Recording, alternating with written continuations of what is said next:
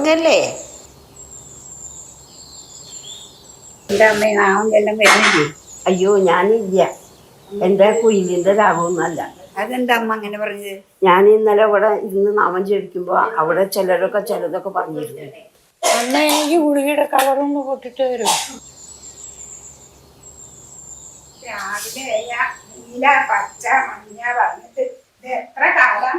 ആരാ ബാത്റൂമില്ല light of ആക്കാതെ പോന്നേ? ആരായാലും എന്തോ അമ്മ, അമ്മയ്ക്ക് അതൊന്നും ഓഫാക്കി കൂടെ? നിങ്ങളെ കാണാൻ താഴെ ആരും വന്നിട്ടില്ല. എന്നെ കാണാനോ? അപ്പൊ മരുന്ന് വിളിച്ച് പറഞ്ഞിട്ടായിരിക്കും. ഏയ്, ഇത് വേറെ ആരാണ്? പെൻഷന്റെ ആളായിരിക്കും.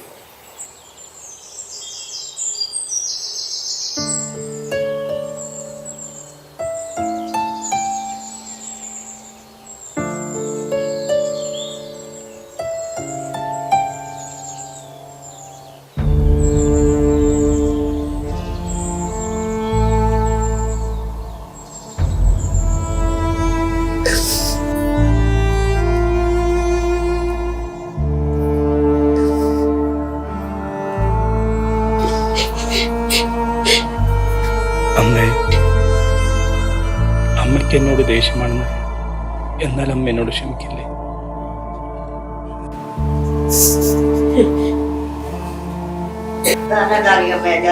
മകനാണോ? മോനെ ഇടയ്ക്കൊക്കെ ടിവിയിലും പത്രത്തിലൊക്കെ കാണാറുണ്ടല്ലോ. ജാനകിയമ്മയുടെ മകനാന്ന് അറിഞ്ഞില്ല കേട്ടോ. നിങ്ങളൊക്കെ വലിയവരല്ലേ, നിങ്ങളെ കാണാൻ താല്പര്യപ്പെട്ടു. എന്റെ മോനെ, നിങ്ങളെയും കൊച്ചുമക്കളെയും കാണാൻ കണ്ണ് പൊരിഞ്ഞാണ് ഇവിടെ ഇരിക്കുന്നത്. നിങ്ങൾക്ക് എപ്പോഴെങ്കിലും ഒന്ന് വന്ന് കാണാൻ തോന്നിയില്ലോ? എല്ലാ മക്കളെ കൊണ്ടുവന്നില്ലേ? ഇല്ല, അവര് സ്കൂളിൽ പോയിരിക്കാം. അമ്മയ്ക്ക് ഇഷ്ടമുള്ള സാധനമൊക്കെ കൊണ്ടുവന്നിട്ടുണ്ട്. ചേട്ടാ നമുക്ക്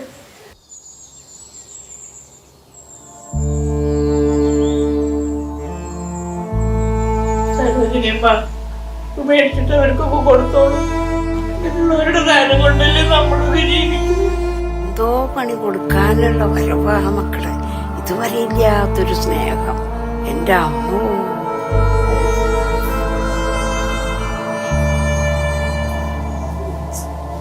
അമ്മ ഞങ്ങളുടെ കൂടെ വരണം. അമ്മ വരില്ലേ?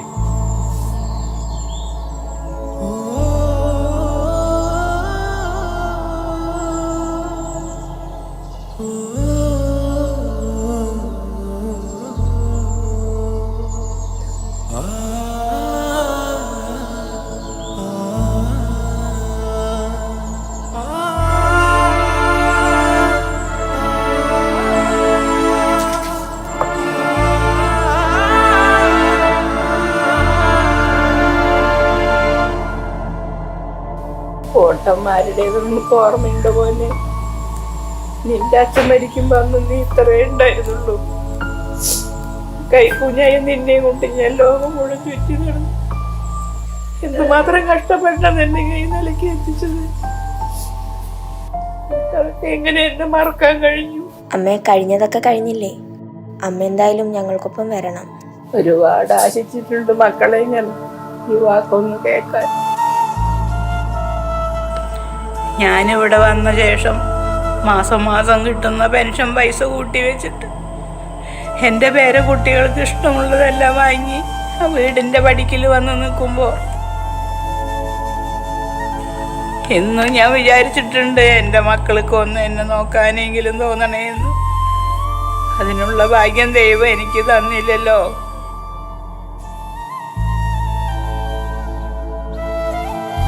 നിങ്ങളുടെ കാട്ടുകൊപ്പ് കഴിച്ചിട്ടാണെങ്കിലും നിങ്ങളൊക്കെ എന്നും കാണാനും എൻ്റെ പേരക്കുട്ടികളെ ചേർത്ത് പിടിച്ചുടങ്ങാനും ഞാൻ ഒരുപാട് ആശിച്ചിട്ടുണ്ട് മക്കളെ.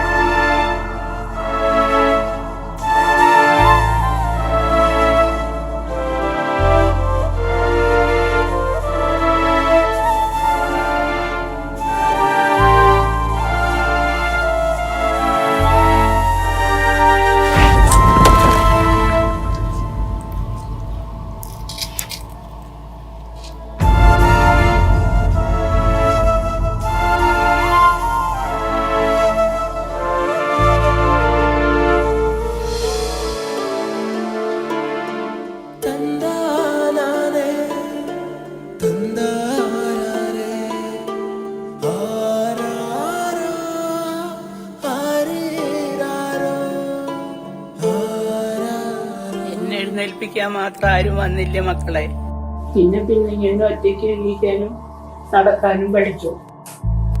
ഞാൻ മരിച്ചു മണ്ണടിഞ്ഞ പോലും എന്നെ കാണാൻ നിങ്ങൾ വന്നേക്കരുത്. എന്റെ ബോഡി ഞാൻ മെഡിക്കൽ കോളേജിലേക്ക് എഴുതി വെച്ചിട്ടുണ്ട്.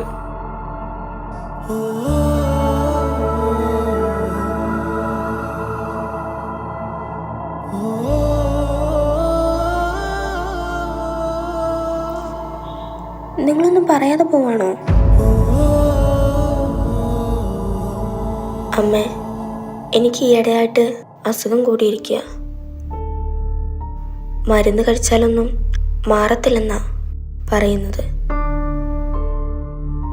വൃക്ക മാറ്റി വെക്കണോ അത്രേ. അമ്മേ, നേരത്തെ അസുഖം കൂടിയിരുന്ന സമയത്ത് അമ്മയുടെ എൻ്റെയും വൃക്ക മാച്ചാന്ന് പറഞ്ഞിരുന്നില്ലേ?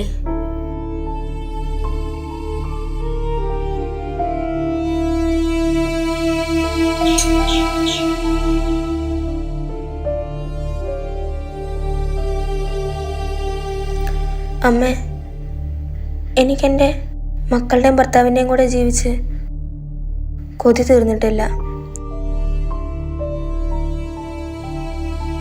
എനിക്കവരെ പിരിയുന്ന കാര്യം ചിന്തിക്കാൻ പോലും പറ്റുന്നില്ല. അമ്മേ, ഞങ്ങളെ കൈവിടരുത്.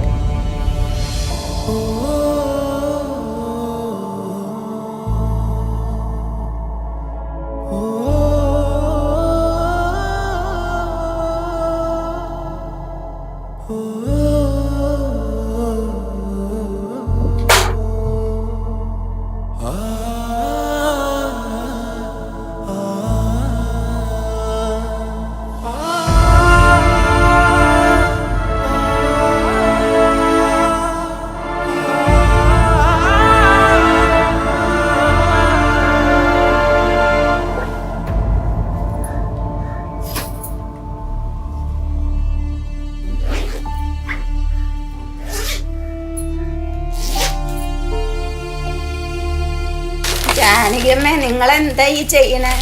ഈ അവസ്ഥയിൽ നിങ്ങളെ ഇവിടുന്ന് ഇറങ്ങിക്കഴിഞ്ഞാലേ നിങ്ങളുടെ മക്കളും അവരുടെ കാര്യം കഴിഞ്ഞ തൂക്കി പുറത്തേക്ക് എറിയിട്ടു. ഉള്ളതെല്ലാം എഴുതി വാങ്ങിയ മക്കളല്ലേ, അത് വിറ്റിട്ട് അവരെന്താൾക്ക് ചെയ്യട്ടെ. അമ്മ ഒരിക്കൽ ഇവിടുന്ന് പോയി കഴിഞ്ഞാൽ പിന്നെ തിരിച്ചു വരാൻ കഴിയണമെന്നില്ലേ? എത്ര അപേക്ഷകളാ വന്ന് കിടക്കണേന്നറിയോ? ഇവിടെ സ്ഥലമില്ലാത്ത കുറവേ ഉള്ളൂ. ഇത് ജാനകിയമ്മേ, നിങ്ങൾ എന്തിനാ പോകുന്നത്? അമ്മ പോകാൻ തന്നെ തീരുമാനിച്ചൂലേ? എന്റെ മക്കൾ എന്റെ ബാഗ് എടുത്ത് വലിച്ചെറിഞ്ഞപ്പോ എവിടേക്കെന്ന് അറിയണ്ട ബാഗ് എടുത്ത് ഞാൻ പടിയിറങ്ങുമ്പോ എന്റെ കണ്ണിൽ ഇരുട്ട് മാത്രമേ ഉണ്ടായിരുന്നുള്ളൂ.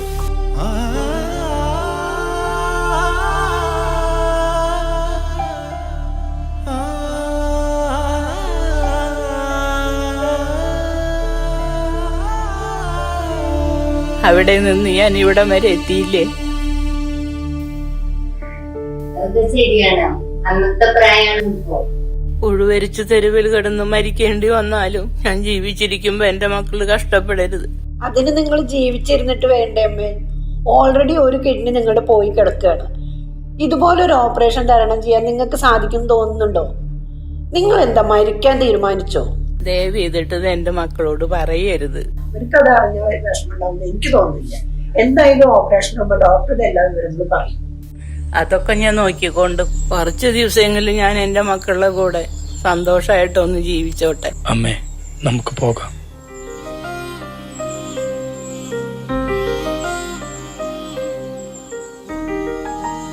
അമ്മ എന്നെ വെറുക്കരുത്. നിങ്ങളെ കേൾക്കാൻ ഇവർക്ക് പറ്റുമോ? ഇവര് ജീവിക്കുന്നത് നിങ്ങളുടെ ഓർമ്മകളിലല്ലേ? ഒരുപക്ഷെ ഇവരുടെ ഭാഗത്തും പല തെറ്റുകളും ഉണ്ടായിരിക്കും.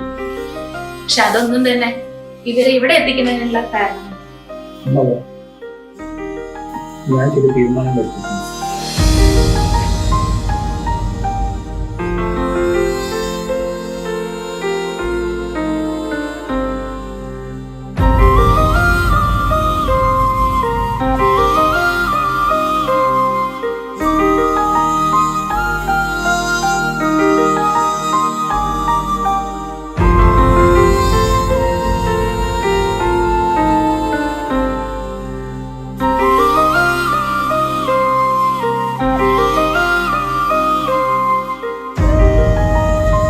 ഇത് ഒരമ്മയുടെ കഥയല്ല, ഒരു ജന്മം മുഴുവൻ മറ്റുള്ളവർക്ക് വേണ്ടി ഉരുകിയൊലിച്ച് പാതി വഴിയിൽ ഒറ്റപ്പെട്ടു പോയ 1000 വൃദ്ധജന്മങ്ങളുടെ കഥയാണ്. ഇവിടെ പെരുകേണ്ടത് വൃദ്ധസദനങ്ങളല്ല, താങ്ങാവുന്ന തണലാവുന്ന കൈകളാണ്. അതിൽ ആദ്യത്തെ കൈ നമ്മുടേതാവട്ടെ.